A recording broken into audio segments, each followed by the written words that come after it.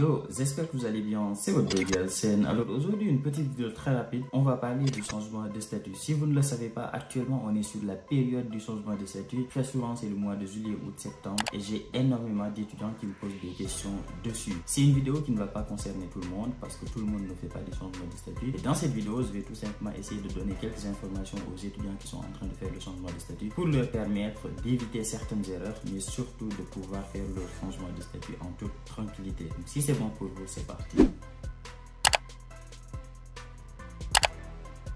Avant de commencer la vidéo, les gars, comme d'habitude, n'oubliez pas de vous abonner si vous êtes nouveau sur la chaîne et que vous n'êtes pas encore abonné, ou bien même si vous êtes un ancien et que vous n'êtes pas encore abonné, n'hésitez pas à le faire, ça me fait toujours plaisir. Et les petits likes comme ça là, je sais que parfois vous regardez la vidéo, ensuite vous partez, mais le petit like comme ça là que vous mettez de temps en temps, ça fait énormément plaisir, donc n'hésitez pas à le faire. Alors avant de rentrer dans le vif du sujet, on va déjà définir c'est quoi un changement de statut. C'est très simple, quand vous arrivez en France ou bien quand vous êtes étudiant en France, vous avez un titre de séjour étudiant. Si vous regardez bien sur votre carte étudiant, c'est marqué étudiant. Ce titre de séjour là vous permet tout simplement d'étudier en France, mais aussi de faire des jobs d'étudiant de temps en temps. Mais une fois que vous avez fini vos études et que vous avez envie de travailler à plein temps, c'est-à-dire pendant toute l'année vous avez envie de travailler en tant que salarié, vous devez obligatoirement faire ce qu'on appelle un changement de statut, c'est-à-dire passer du statut étudiant au statut salarié. Et ce processus là, c'est quelque chose qui prend énormément de temps, qu'il faut préparer, et il y a certaines conditions à respecter aussi. Alors le changement de statut, vous pouvez le faire après un bac+2 ou bien après un bac+3, c'est-à-dire après un BTS ou bien après une licence professionnelle, mais aussi vous pouvez le faire après un bac+5, c'est-à-dire après un master ou une école d'ingénieur, mais aussi vous pouvez faire un changement de statut après un bac+6, c'est-à-dire après un master spécialisé. Il est également possible, sous certaines conditions, de faire un changement de statut sans diplôme, c'est-à-dire par exemple vous êtes en licence 1 ou bien en licence 2, vous n'avez pas envie de continuer les études et vous avez envie de travailler directement, c'est possible de faire un changement de statut, mais dans ce cas-là, il faut trouver des métiers sous tension. Si vous ne savez pas c'est quoi un métier sous tension, j'ai déjà sorti une vidéo là-dessus où je vous ai expliqué comment faire pour trouver les métiers sous tension. Donc c'est des métiers en fonction de votre pays. Si vous êtes sénégalais, il y a certains métiers qui sont autorisés. Si vous êtes malien, il y a certains métiers qui sont autorisés. Si vous êtes marocain, etc., il y a certains métiers qui sont autorisés. Je vous laisse aller voir. Dans cette vidéo-là, on va uniquement se concentrer sur les bac+5 et les bac+6, c'est-à-dire après un master, après un diplôme d'école d'ingénieur ou bien après un master spécialisé. Alors, pour faire un changement de statut, c'est très simple. Vous avez trois possibilités. Soit après l'obtention de votre diplôme de master ou bien votre diplôme d'école d'ingénieur, vous avez obtenu directement un travail, c'est-à-dire tout de suite après que vous ayez fini votre diplôme, soit après votre alternance ou bien après un stage, ou bien tout de suite vous avez postulé et vous avez tout de suite trouvé, par exemple, votre diplôme, vous l'obtenez au mois de septembre et vous, dès le mois d'août ou bien dès le mois de septembre, vous avez trouvé un travail. Dans ce cas-là, il est possible de directement passer du statut étudiant au statut salarié, c'est-à-dire faire un changement de statut direct. La deuxième possibilité qui existe, c'est de demander d'abord un titre de séjour recherche d'emploi et création d'entreprise. Donc c'est un titre de séjour qui te donne 1 an pour chercher du travail, et une fois que tu as trouvé du travail pendant ces 1 an-là, tu fais directement ton changement de statut. Ce qui signifie que tu passes du statut étudiant, ensuite tu as un titre de séjour recherche d'emploi et création d'entreprise, et une fois que tu as trouvé du travail, tu passes au statut salarié. Donc tu passes par 3 étapes. Et la troisième possibilité qui existe, c'est le passeport talent. Dans ce cas-là, tu passes directement du statut étudiant et tu as deux possibilités. Soit tu passes directement du statut étudiant et tu vas directement au statut passeport talent, bien tu passes par statut étudiant, ensuite recherche d'emploi et création d'entreprise et ensuite passeport talent. Mais tout ça, je vais vous expliquer ça en détail, comme ça vous allez comprendre. On va commencer par la première partie. La première partie, comme je l'ai dit, c'est que tu passes directement du statut étudiant au statut salarié. Comment ça fonctionne? Par exemple, comme je l'ai dit tout à l'heure, après ton diplôme, par exemple, tu étais en stage ou bien tu étais en alternance, et tout de suite après, ton entreprise décide de te recruter après ton stage ou bien après ton alternance. Et dans ce cas-là, c'est possible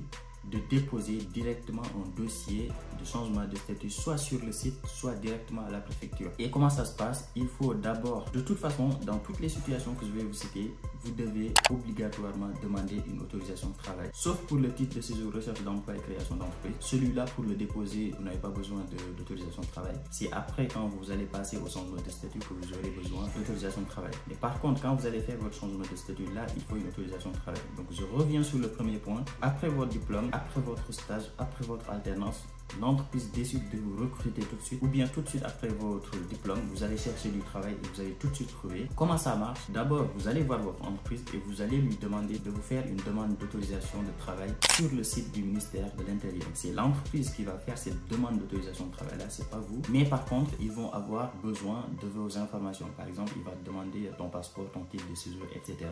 Et ensuite, c'est eux qui vont aller sur le site faire une demande d'autorisation de travail. Et une fois qu'ils ont obtenu cette autorisation de travail là, ils vont te remettre l'autorisation de travail et tu vas récupérer cette autorisation de travail là avec ta promesse d'embauche que l'entreprise t'a donnée, plus ton passeport, ton titre de séjour, ton attestation de domicile et quelques documents qu'on va te demander. Tu vas aller déposer ton dossier de changement de statut. Donc juste pour synthétiser rapidement tout ce que je viens de dire, vous passez par votre statut étudiant, vous demandez une autorisation de travail et ensuite vous allez déposer votre dossier de changement de statut quand vous allez obtenir votre autorisation de travail. La deuxième possibilité, comme je l'ai dit tout à l'heure, c'est de passer par le titre de séjour recherche d'emploi et création d'entreprise. Ce titre de séjour là, il est très facile à avoir. C'est qu'une fois que vous avez fini vos études, vous déposez à la préfecture, ils vont juste vous demander votre diplôme ou bien votre attestation de réussite. Ils vont vous demander votre passeport, quelques documents, votre titre de séjour. Vous déposez ça et ensuite votre carte de séjour recherche d'emploi et création d'entreprise, vous allez l'avoir très facilement. L'avantage de cette carte recherche d'emploi et création d'entreprise, c'est que vous avez 1 an pour chercher du travail après votre diplôme. Par exemple, si vous êtes diplômé au mois de septembre,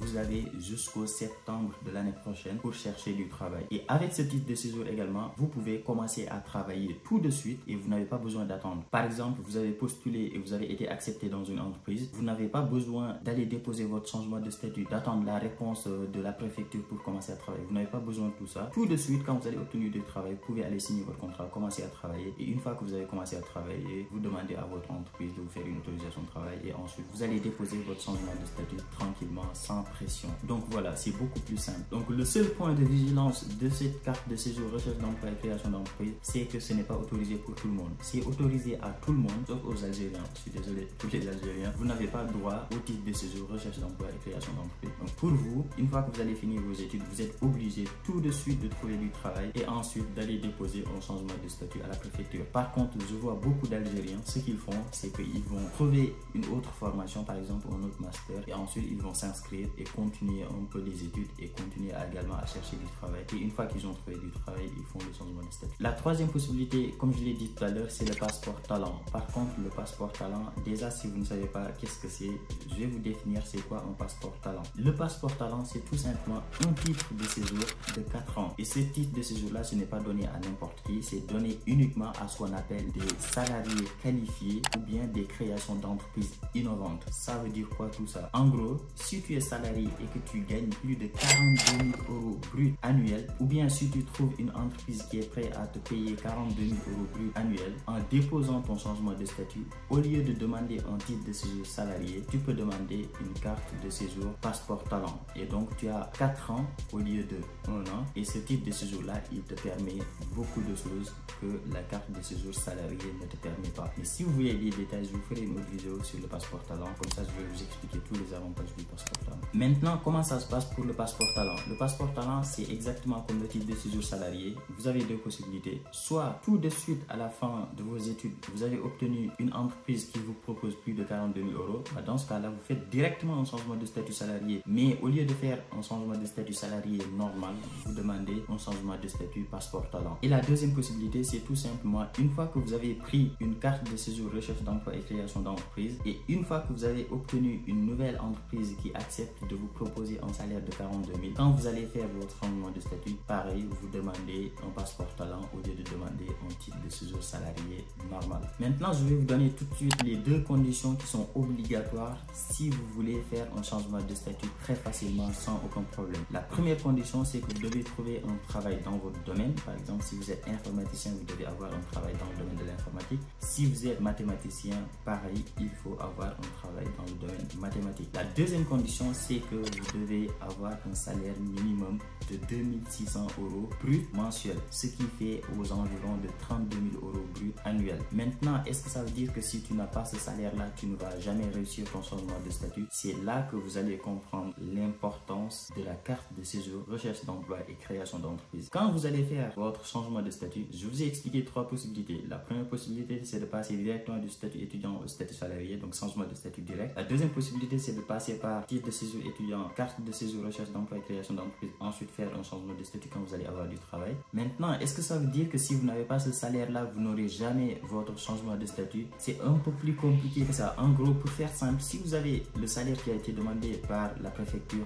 et si vous avez un travail dans votre domaine, vous êtes sûr et certain que votre changement de statut va être accepté. Donc, si vous avez votre autorisation de travail, vous avez un travail dans votre domaine et vous avez le salaire qui a été demandé, c'est-à-dire 2600 € brut mensuel. Donc, si vous respectez ces trois conditions-là, vous êtes sûr et certain que vous aurez votre changement de statut. Maintenant, si vous ne respectez pas la condition du salaire, là, vous pouvez déposer quand même votre changement de statut, mais la situation de l'emploi peut vous être opposé. Ça veut dire quoi? Ça veut dire tout simplement que la préfecture peut refuser ta demande de changement de statut en te disant que le travail que tu souhaites avoir, il y a beaucoup de Français qui le demandent et qui ne l'ont pas. Donc toi, on va te le refuser pour le donner à un Français. Donc pour schématiser très simplement, c'est ça. Ils peuvent te dire non, on refuse ton changement de statut parce que c'est un travail que beaucoup de Français demandent et qu'ils n'ont pas. Alors que si tu respectes les trois conditions, là, tu es sûr et certain que ton changement de statut va être accepté. Donc la troisième précision de cette vidéo-là, c'est tout simplement que ce que vous devez également savoir, c'est quand vous allez faire votre changement de statut, si vous avez un CDI, c'est très simple.